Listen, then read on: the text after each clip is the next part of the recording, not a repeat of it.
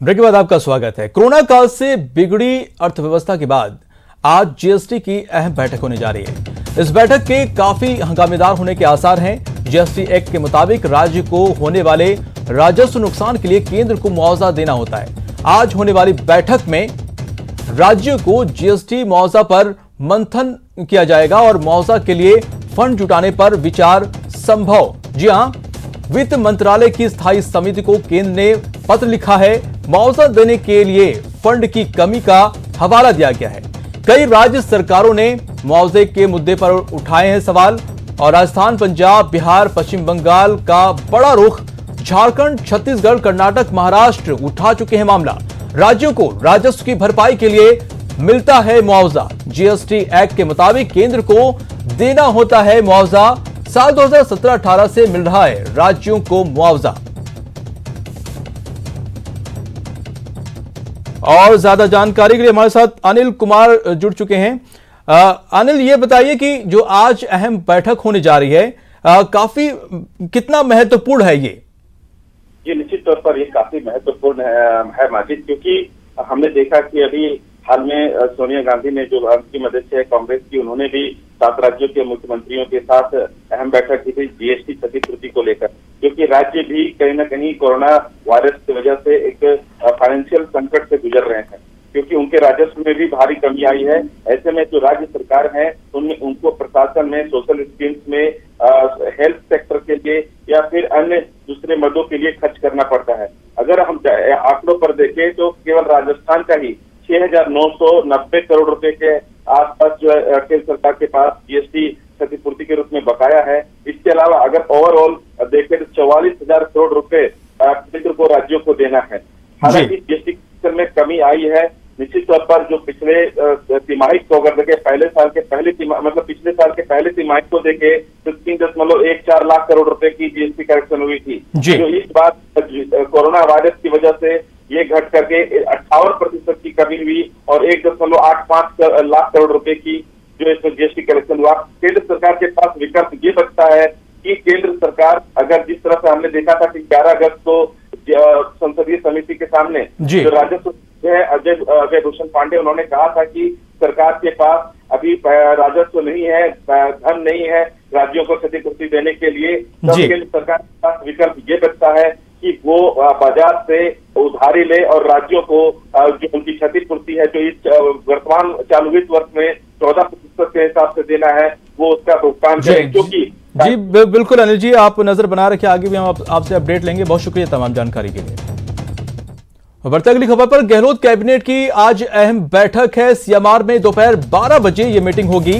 कई प्रस्तावों पर मुहर लग सकती है। नई पर्यटन नीति पर चर्चा संभव। तो बड़ी खबर आपको बता दें, गहलोत कैबिनेट की आज अहम बैठक होने वाली है। और गोवर्धन हमारे साथ जुड़ चुके। गोवर्धन, 12 बजे ये मीटिंग होने वाली है, क्या कुछ रहने वाला इस बैठक में?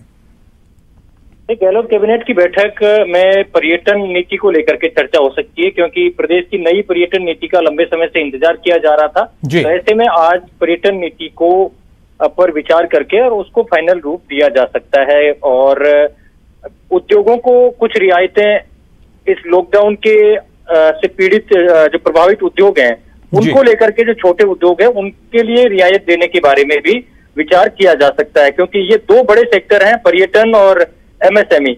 इन पर बहुत ज्यादा मार लॉकडाउन की और कोरोना की पड़ी है। तो पोस्ट कोविड इनके लिए क्या किया जाए ताकि ये सेक्टर उभर सके, तो उन पर आज विस्तार से इस कैबिनेट में इन दोनों सेक्टर्स को उभारने को लेकर के चर्चा हो सकती है। हालांकि जो राज्य सरकार का तर्क है कि केंद्र ने जो पैकेज दिया था उससे अभी भी बहुत से जो एसोसिएशन है उन्होंने राज्य सरकार। जी बहुत शुक्रिया तमाम जानकारी के लिए। बढ़ते अगली खबर में, प्रदेश भर में यूथ कांग्रेस का प्रदर्शन। जेईई नीट परीक्षाओं के विरोध में कांग्रेस का हल्ला बोल। जेईई नीट परीक्षाएं करवाने का विरोध कर रही हैं। जिला मुख्यालयों पर यूथ कांग्रेस प्रदर्शन करेगी। जी हां, यूथ कांग्रेस प्रदेश भर में प्रदर्शन करेगी। 12 बजे जयपुर में प्रदर्शन होगा। बांसवाड़ा में गणेश घोगरा इसका नेतृत्व करेंगे। प्रदेश अध्यक्ष गणेश घोगरा बांसवाड़ा के प्रदर्शन में मौजूद रहेंगे। तो बड़ी खबर इस वक्त की बात बता दें आपको कि आज यूथ कांग्रेस प्रदेश भर में प्रदर्शन करेगी। जेईई नीट परीक्षाओं के विरोध में कांग्रेस हल्ला बोलेगी। 12 बजे जयपुर में प्रदर्शन होगा, जबकि बांसवाड़ा में गणेश घोगला इसका नेतृत्व करेंगे। और हमारे साथ सीधे जुड़ चुके हैं भंवर पुष्पेन जुड़ चुके हैं। भंवर, आज प्रदेश भर में ये जो प्रदर्शन होने वाला है, क्या कुछ कितना हंगामेदार रहने वाला है और क्या मांगे रहेंगी?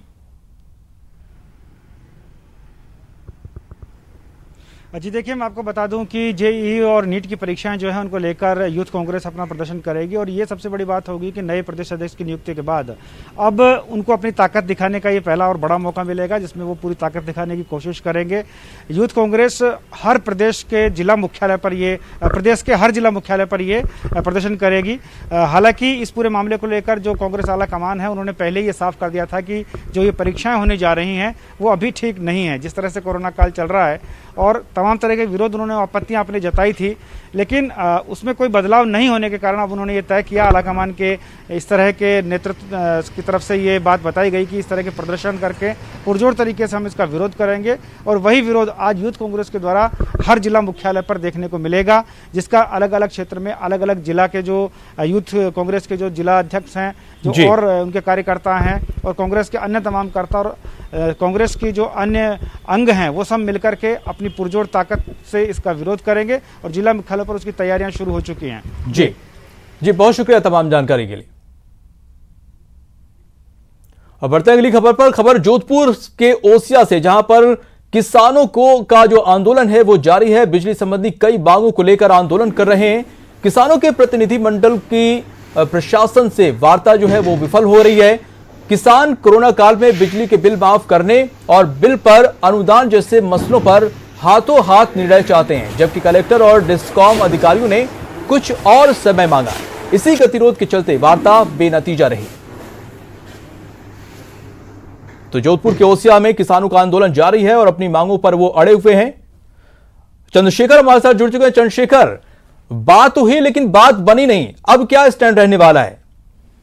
देखिए माजिद, ये लंबे समय से लगातार जो है अपनी मांग को लेकर विरोध प्रदर्शन किसान कर रहे हैं। यह विरोध प्रदर्शन जो था वो ओसिया तक पहले सीमित था, धीरे धीरे इसको इन्होंने दायरा बढ़ाया और अब ये जोधपुर जिला कलेक्टर तक पहुंचाया। सबसे बड़ी बात यह है कि इनको 2 दिन पहले जो है ओसिया में ही रोक दिया गया था। ये जोधपुर की तरफ कूच करने वाले थे, जोधपुर डिस्कॉम का घेराव करने की इनकी योजना थी, जिसके बाद ओसिया में लगभग 4 किलोमीटर लंबा लाइन लग गया था, जाम लग गया था। उसके बाद कल जिला कलेक्टर ये पैदल ही जोधपुर पहुंचे थे, जहां पर जिला कलेक्टर इंद्रजीत सिंह ने इनको बुलाकर वार्ता के लिए बुलाया।